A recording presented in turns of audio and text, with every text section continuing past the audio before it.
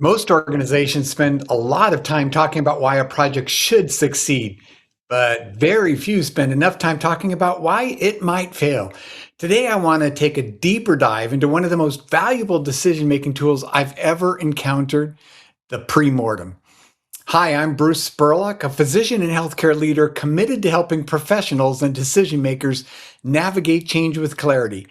On viral healthcare, we look at the ideas spreading across healthcare and what it takes to implement them wisely and sustainably. So let's start with a common leadership problem. When an organization gets excited about an idea, a new platform, an innovation, a new protocol, something that's new to the organization, momentum builds. People become emotionally invested and optimism grows. It becomes a lot harder under that situation to talk about the risks. So the problem is success becomes the assumption and failure becomes very uncomfortable to talk about, especially if the idea comes from someone with some kind of organizational power. So here is the idea of the pre-mortem. Now, we've talked about this before on earlier podcasts. It's this idea that was developed by Gary Klein and later popularized through the work of Daniel Kahneman. It's really a simple concept. Sounds really simple. You imagine you're 18 to 24 to 36 months in the future, and the project has failed, not struggled, not underperformed, but failed completely, and perhaps maybe even failed where there's harm to the organization. And you ask, what happened? So that sounds simple, but why does it work? It really is kind of this really neat concept, easy to think about and really uncover so much. It changes the psychology of the discussion. It slows people down. It creates room for competing ideas. It forces the group to look at trade-offs and examine those a lot more carefully. And we've mentioned about adding new ideas without taking some others off and the opportunity costs associated with this decision-making process. It really helps uncover risks before they become expensive problems. So the most important benefit I like about pre-mortems, there are other techniques to do this, but the pre-mortem is one of the most effective. It legitimizes dissent.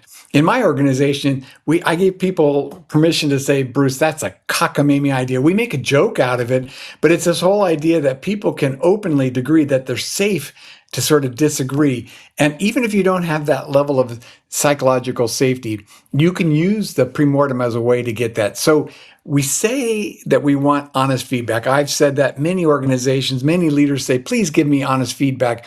But there are folks out there that are still hesitant to challenge and hesitant to challenge the momentum that's building in an organization, unless they're those perpetual naysayers. And sometimes that can be self-defeating if not managed well.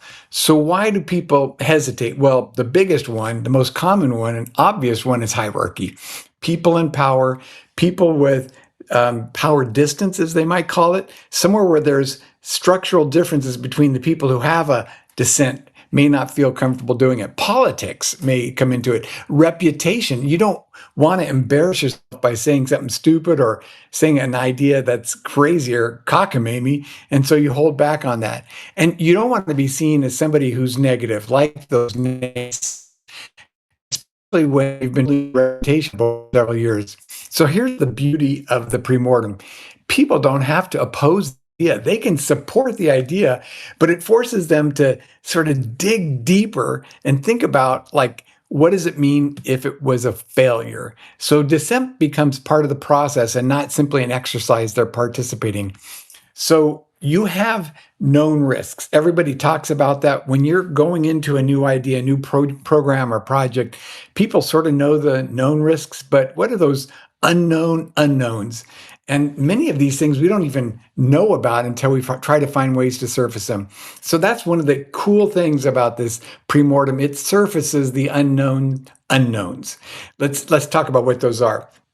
Sometimes there are operational barriers you don't even know as a leader existed. There's always a distance between leadership and the front lines on clearly what operation is. We talk about operation as planned versus work that's actually done. There are often staffing challenges or implication for staffing. There's cultural resistance. There are workflow conflicts, and that's a really good thing to uncover early, because you can actually design in ways to work around those conflicts. You might have leadership turnover. Works great in one setting, but with a new leader in a new department, a new area of the organization might not work as well. And sometimes you can even imagine unintended consequences. These ideas only emerge when people are given permission to think differently. And that's what the pre-mortem does, permission to think differently. I once did a pre-mortem with a group of physicians, very large group of physicians, and we were talking about a project, and it came up early on. It didn't take very long. This us-them mentality in the group of physicians, where older and younger physicians were kind of harping at each other. And I think people knew about this. I don't think this was brand new, but what it did, it brought to the surface an organizational weakness that needed some sunlight to expose it and potentially deal with it in advance. And it really looked at some underlying values and assumptions. Some of them were actually wrong. And so it was kind of interesting to see how the pre-mortem didn't actually talk about failure of a project, but some organizational issues that needed to be addressed. So why do organizations overestimate success? I'm going to talk about this in a future podcast, but there's this optimism bias. Research in a lot of different organizations and settings, industries, has shown most organization decision makers overestimate the chance of success. We just do. We're just born that way. When there's a new idea, especially as we've talked about, if it's promoted and presented really well, if it's got great packaging, if it looks like it's going to great, if there's somebody you respect that's talking about it. We'll talk more about our overestimate of success bias in future episodes. But right now, I want to focus the fact that most teams think about sort of best case scenarios, or they think about our intended outcomes, or what the upsides are, the potential benefits. The pre-mortem intentionally balances the conversation. It asks organizations to spend time imagining failure before we actually commit resources.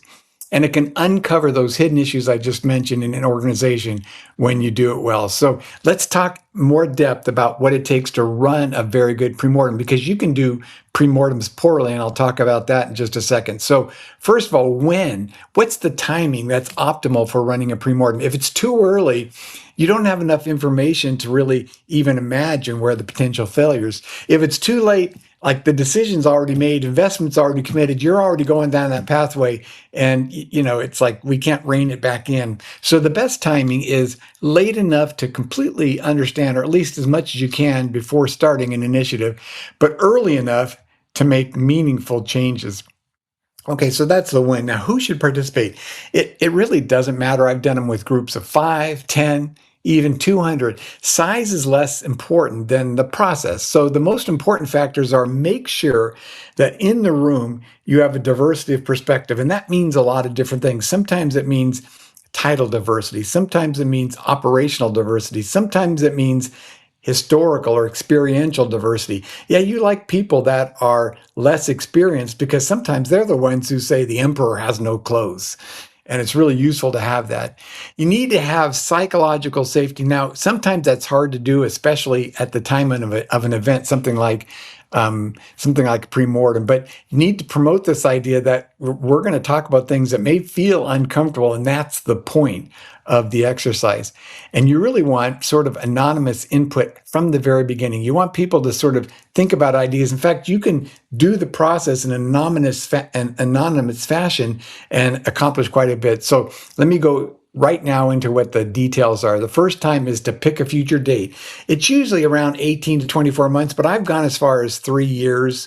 I haven't gone 5 years, but I can imagine if there's something you have really long range kind of strategy that you're trying to roll out, that you might think about it. Step 2, you have to do this really well. You have to say the project has failed completely, painfully, maybe even like the organization has suffered. The wording matters. It's not just underperforming, it has failed.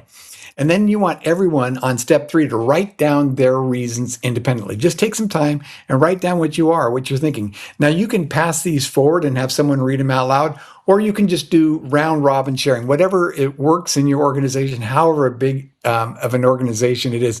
Sometimes I find in very big groups, people speak up, and in very big groups, people don't speak up. So maybe you want a breakout for some of these things to start talking about it. But the most important thing is you take one idea at a time and you really don't evaluate. You just get them all out, get all of those ideas like you do on a brainstorming exercise.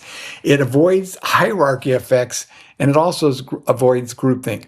Okay, now the next part is once you've got all these out, you do like organizational development type processes. You do a ranking and prioritizing. You put things in similar themes, seeing if you can reduce the list to sort of a more manageable group of activities. And then you rank them on the frequency that they occur, the likelihood, and the severity. So the goal is to focus on high risk, high probability issues first. But you don't want to ignore the so-called weaker signals, because sometimes buried in those weak signals is really these nuggets of gold. So sometimes the biggest problems begin as an outlier concern, and then as you start discussing it a little bit more, it becomes pretty obvious that it would have devastating implications for the organizations. So as opposed to a regular brainstorming exercise, this is not just one of those things where you get the ideas, you rank them, and you stop. The really important part about this, besides this sort of legitimizing dissent, is to take action. So what will we do to anticipate and mitigate? Can we design changes in, or can we design the rollout in such a way that we're addressing these kinds of concerns? Can we create go, no-go criteria based on what we're talking about? And should we reevaluate at some point in the future a certain activity, a milestone, a toll gate, or should we have more follow-up discussions to see if things evolve the way we think they should? So if you don't do anything afterwards, it really has limited value. So legitimizing dissent and then taking action. So why do pre-mortems fail? Well, I sort of alluded to this already, but ironically, even a pre-mortem can not have the outcome that you hope. And I've actually seen this happen as well. So what I would call the performative pre-mortem, it's when a decision's already made, or when you go through this extensive list and you don't really want to change the course, or you don't really want to take any action. So that's the first one. The hierarchy problem is another one, and that's where powerful voices, either powerful positive or powerful negative, dominate early. And that's the psychological safety. That's the good facilitation skills. That's where you want to get other people, okay, who else has some thoughts about this? Who else disagrees with this? Who else has a different perspective? Are important components of the dialogue. The gripe session. So when people have lots of complaints without structure, without activities, those naysayers that I talked about sort of run the dialogue. When you have the wrong participants, when you're missing critical perspectives, and as I mentioned earlier, when you don't follow through, when nothing happens, you don't think about mitigating risk, you don't do anything at all. So the big leadership lesson with all of this is the real value of the pre-mortem isn't really about predicting the future. It's not who can be the most accurate in what would fail or how things were. It's really improving the quality of thinking before decisions become expensive. Organizations don't need to have perfect foresight. They don't really need to be able to sort of say who's going to win the World Series or is the stock market going to go up or down. They just need to have better conversations. What do we do if such and such happens? So most organizations spend enormous energy building up support for an idea. And most of us overestimate the success of it. The pre-mortem asks something really, really different. What would cause this to fail? And sometimes that simple question, very, very simple question, reveals risks, assumptions, blind spots, organizational, cultural issues that otherwise would remain invisible until it's too late. So the next time you're considering a major initiative, don't just ask why it will succeed. Ask your team, imagine we're sitting here 2 years from now and this project failed completely. What happened? The answers may tell you more than your original plan ever could. Now, on next week's Viral Healthcare Podcast, we're going to do another interview with a friend of mine, Malik Joshi. He's got such an interesting background. He's going to talk about ways that these viral things have been successful in a way that they've failed. So I'm looking forward to that. I want to thank you for listening to Viral Healthcare. And if this conversation was useful, let's share it with a colleague who's navigating change. And if you'd like more thoughtful conversations about the ideas shaping healthcare, be sure to follow the show. I'm Bruce Spurlock, and I'll see you next time.